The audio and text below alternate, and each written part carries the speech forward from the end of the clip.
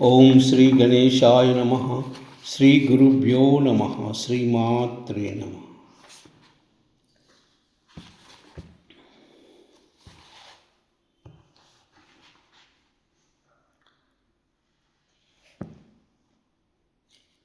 ఓం శ్రీరుద్రనమకం. లఘున్యాసం.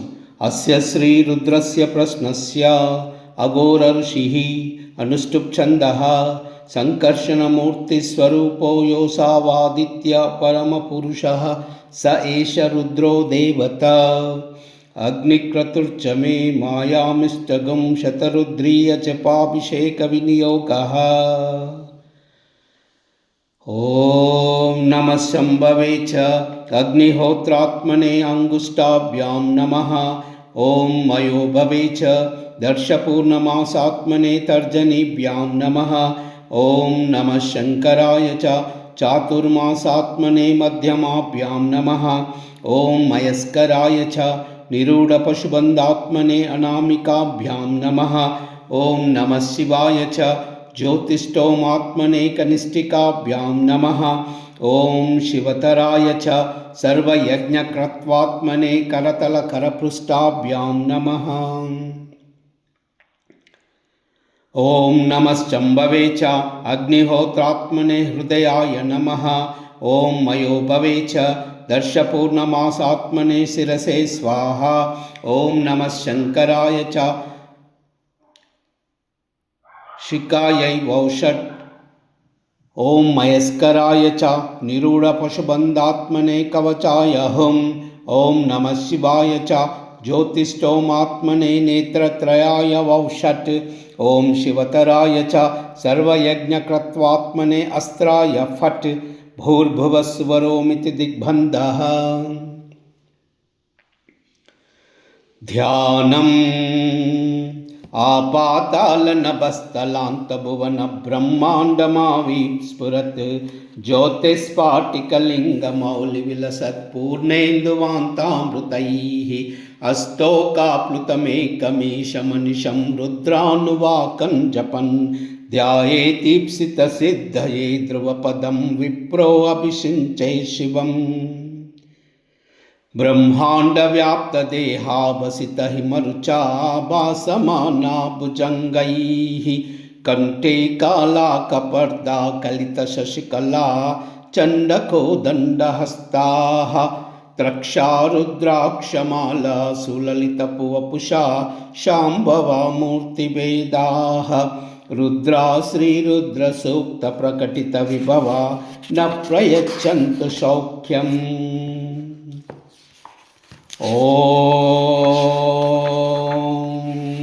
సంచ మే మయశ్చ మే ప్రియంచ మే అనుకామశ్చ మే కామశ్చ మే సౌమనశ్చ మే భద్రంచ మే శ్రేయస్య మే వసస్య మే యశస్య మే భగస్య మే ద్రవిణంచ మే ఎంతాచ మే ధర్తాచ మే క్షేమశ్చ మే ధృతిశ్చ మే విశ్వంచ మే మహశ్చ మే సంవిచ్య మే జ్ఞాత్రంచ మే సూచ్య మే ప్రసూచ్య మే శీరంచ మే లయంచ మరుతంచ మే అమృతంచ మే యక్ష్మయంచ మే నామయశ్చ మే జీవాతుచ్చ మే దీర్ఘాయుత్వంచ మే అనమిత్రంచ మే అభయంచ మే సుగంచ మే శయనంచ మే సూచాచ మే సుదినంచ మే.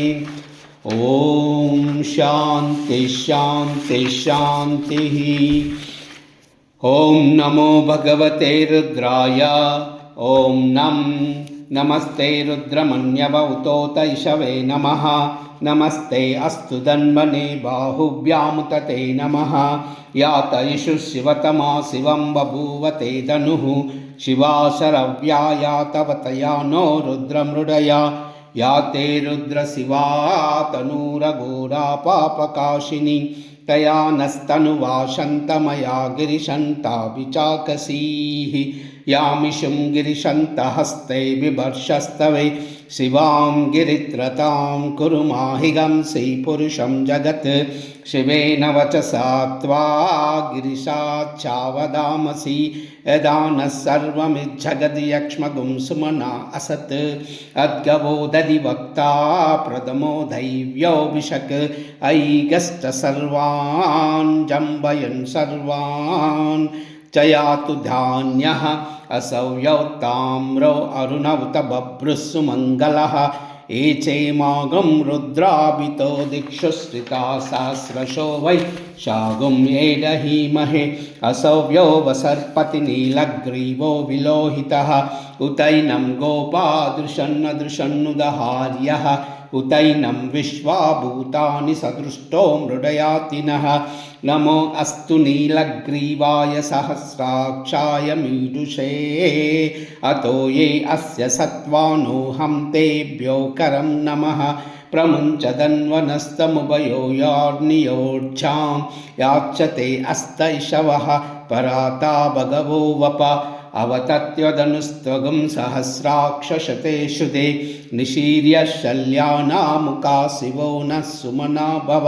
विज्जं धनुक्कपर्दिनो विशल्यो बाणवागम् उत अनेशन्नशेषवाबुरस्य निषङ्गतिः या ते हेतिरीडुस्तमहस्ते बभूव ते धनुः तयास्मान् विश्वतः मम क्षयः परिभुजः नमस्ते अश्वायुधाय नातताय धृष्णवे उभाभ्यामुत ते नमो बाहुभ्या तव धन्वने परिते धन्वनो हेतिरस्मान् ऋणक्तु विश्वतः अतो ये इषुदिस्तु वारे अस्मन्निदेहितम् ॐ नमस्ते अस्तु भगवन् विश्वेश्वराय महादेवाय त्रयम्बकाय त्रिपुरान्तकाय त्रिकाग्निकालाय कालाग्निरुद्राय नीलकण्ठाय मृत्युञ्जयाय सर्वेश्वराय सदाशिवाय श्रीमन्महादेवाय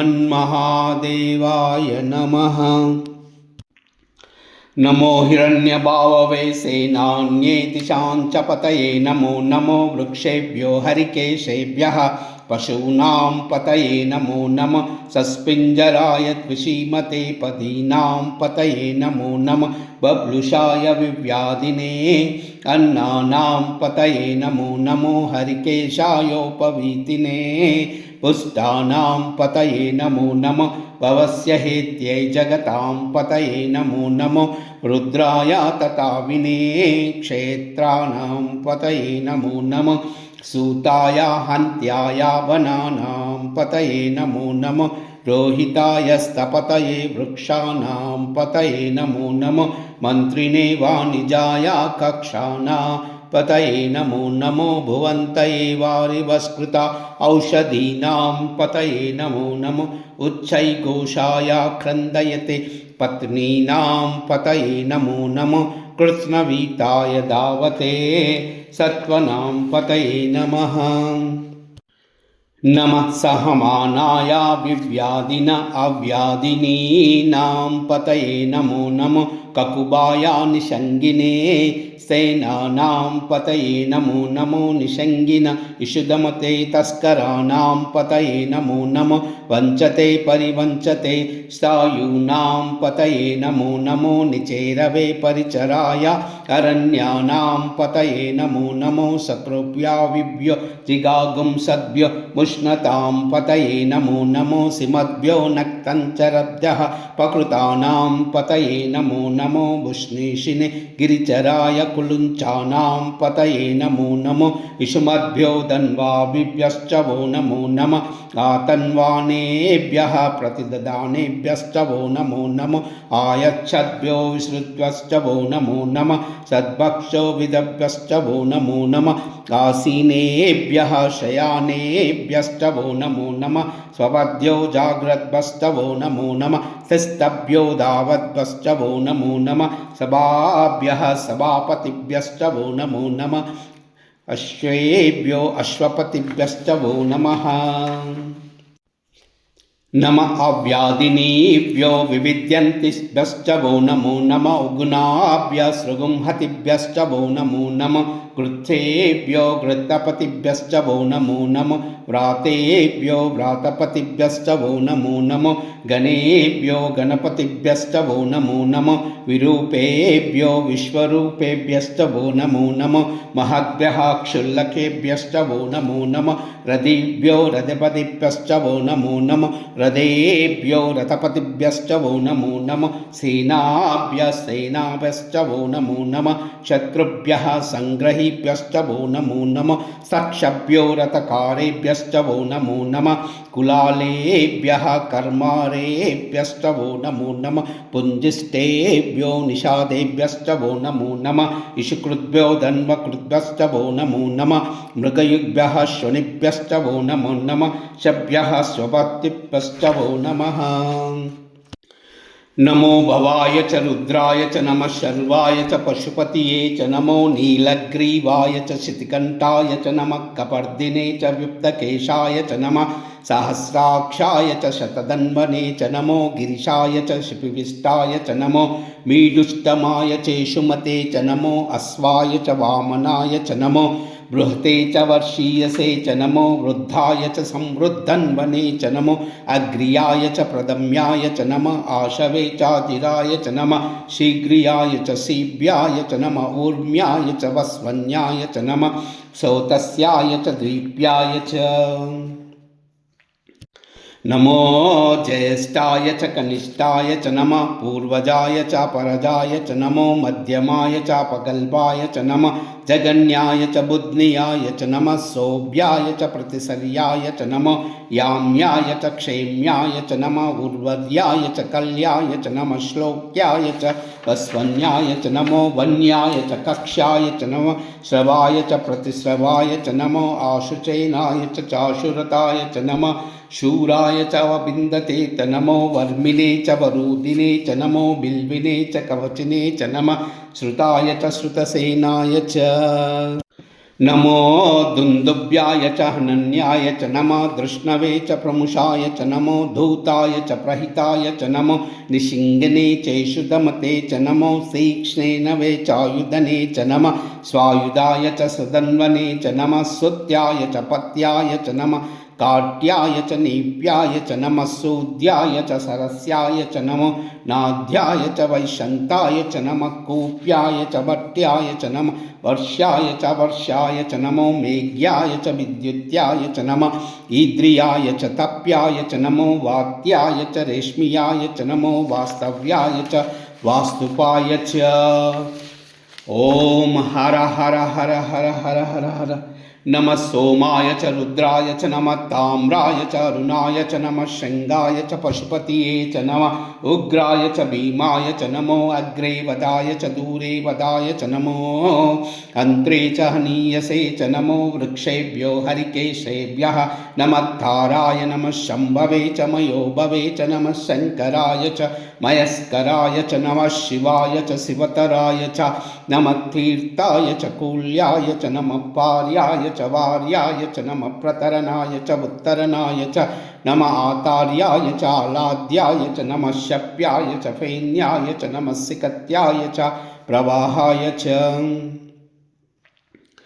ॐ हर हर हर हर हर हर नमः सोमाय च रुद्राय च नमः ताम्राय च अरुणाय च नमः शृंगाय च पशुपतये च नमः उग्राय च भीमाय च नमो अग्रे वदाय च दूरे वदाय च नमो अन्त्रे च हनीयसे च नमो वृक्षेभ्यो हरिकेशेभ्यः नमः ताराय नमः शम्भवे च मयोभवे च नमः शङ्कराय च मयस्कराय च नमः शिवाय च शिवतराय च नमः तीर्थाय च कूल्याय च नमः पार्याय च वार्याय च नमः प्रतरणाय च उत्तरणाय च नमः आतार्याय च आलाद्याय च नमः शप्याय च फेन्याय च नमः सिकत्याय च प्रवाहाय च ॐ हर हर हर हर हर हर नमः सोमाय च रुद्राय च नमः ताम्राय च अरुणाय च नमः शृंगाय च पशुपतये च नमः उग्राय च भीमाय च नमो अग्रे वदाय च दूरे वदाय च नमो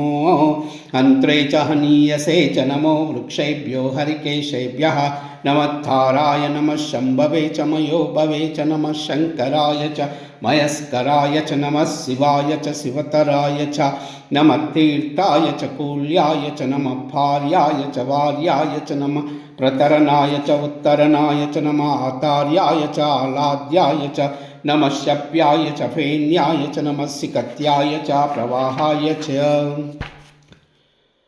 नमः इरिण्याय च प्रप्रताय च नमः किगंशिलाय च क्षयनाय च नमः कपर्दिने च पुलस्तये च नमो गोस्त्याय च गुह्याय च नमः तल्प्याय च गेह्याय च नमः काठ्याय च गह्वरेष्ठाय च नमः हृदयाय च निवेश्वाय च नमः पागंसव्याय च रजस्वाय च नमः शुष्काय च हृद्याय च नमो लोप्याय च लप्याय च नमः ऊर्म्याय च सूर्म्याय च नमः पर्ण्याय च पर्णशद्याय च नमो पगुरमनाय च बिङ्गते त नमो अक्कितते त प्रक्कितते त नमो वरिकेभ्यो देवानां हृदयेभ्यो नमो विच्छिन्नकेभ्यो नमो विचिन्नकेभ्यो नमो आनिरतेभ्यो नमो आमिवत्केभ्यः द्रापे अंधसत्पते दरिद्रन्नीललोहिता येषां पुरुषाणां येषां पशूनां माभेर्मा रोमा येषां किञ्चना ममत् या ते रुद्रशिवा तनु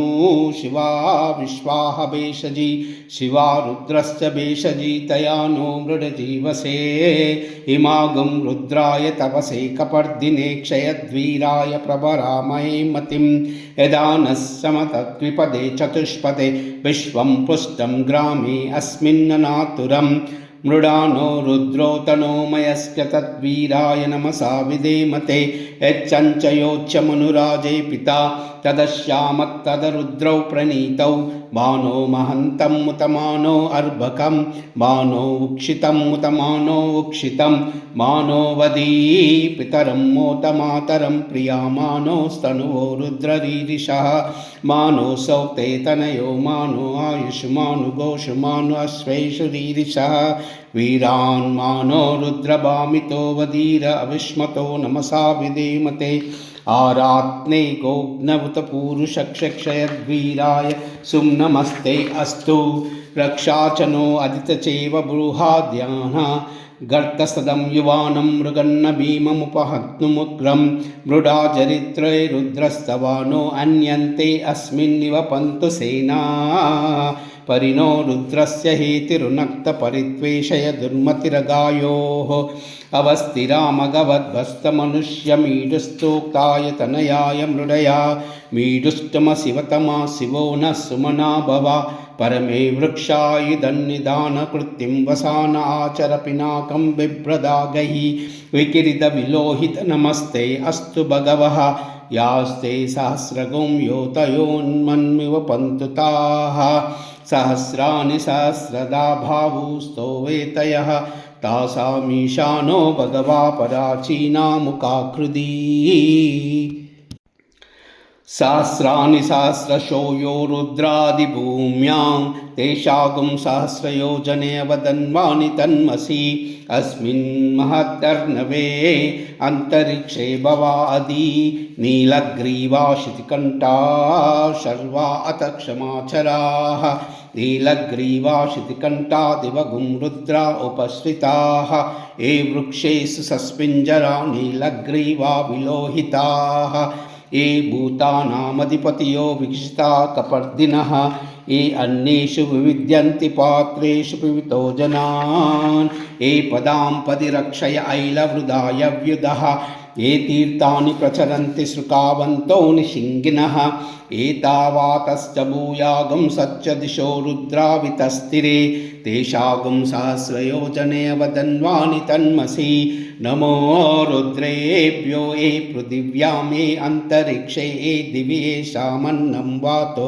वर्षमिषस्तेभ्यो दश प्राचीर्दश दक्षिणा दश प्रतीचीर्दशोदुचीर्दशोर्ध्वास्तेभ्यो नमस्ते नो मृडयन्तु ते यं दुष्मो यच्च नो द्वेष्टि तं वोचं वेदधामि त्र्यम्बकम् अजामहे सुगन्धिं पुष्टिवर्धनम् उर्वारुकमिव बन्धना मृत्योर्मोक्षीयमामृता यो रुद्रो अग्नो यो अप्सुय ओषधीषु यो रुद्रो विश्वा भुवनान विशेष तस्मै रुद्राय नमो अस्तु तमुष्टह्यस्विषुत्सुधन्वा यो विश्वस्य क्षयति भेषजस्य इक्ष्वामहे सौ मनसाय रुद्रं नमोभिर्देवमसुरं दुवस्ता अयं मे अस्तो अयं मे भगवान् अयं मे भगवोत्तरः अयं मे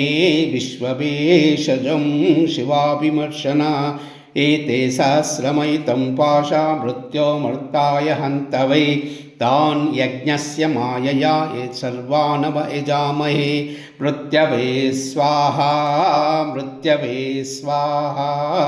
ॐ नमो भगवते रुद्राय विष्णवे मृत्युर्मे पाहि प्राणानां ग्रन्थिरसि रुद्रो मा विशान्तकः तेनान्यप्यायस्य नमो रुद्राय विष्णवे मृत्युर्मे पाहि सदाशिवो। निधनपतये नमः निधनपतान्तिकाय नमः ऊर्ध्वाय नमः ऊर्ध्वलिङ्गाय नमः हिरण्याय नमः हिरण्यलिङ्गाय नमः सुवर्णाय नमः सुवर्णलिङ्गाय नमः दिव्याय नमः दिव्यलिङ्गाय नमः भवाय नमः भवलिङ्गाय नमः शर्वाय नमः शर्वलिङ्गाय नमः शिवाय नमः शिवलिङ्गाय नमः ज्वलाय नमः ज्वललिङ्गाय नमः आत्माय नमः आत्मलिङ्गाय नमः परमाय नमः परमलिङ्गाय नमः। वन्दे शम्भुम् उमापतिं सुरगुरुं वन्दे जगत्कारणं वन्दे पन्नगभूषणं मृगधरं वन्दे पशूनां पतिं वन्दे सूर्यशशाङ्कवह्निनयनं वन्दे मुकुन्दप्रियं वन्दे भक्तजनाश्रयं च वरदं वन्दे शिवं शङ्करम्।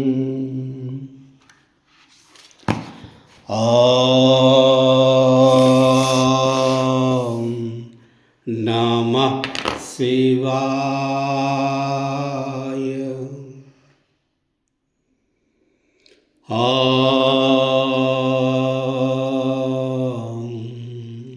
नमः शिवाय।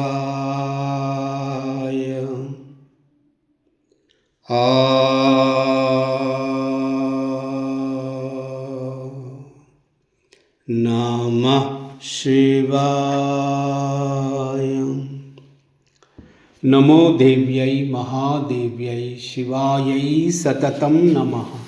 नमः प्रकृत्यै भद्रायै नियता प्रणता स्मृताम्।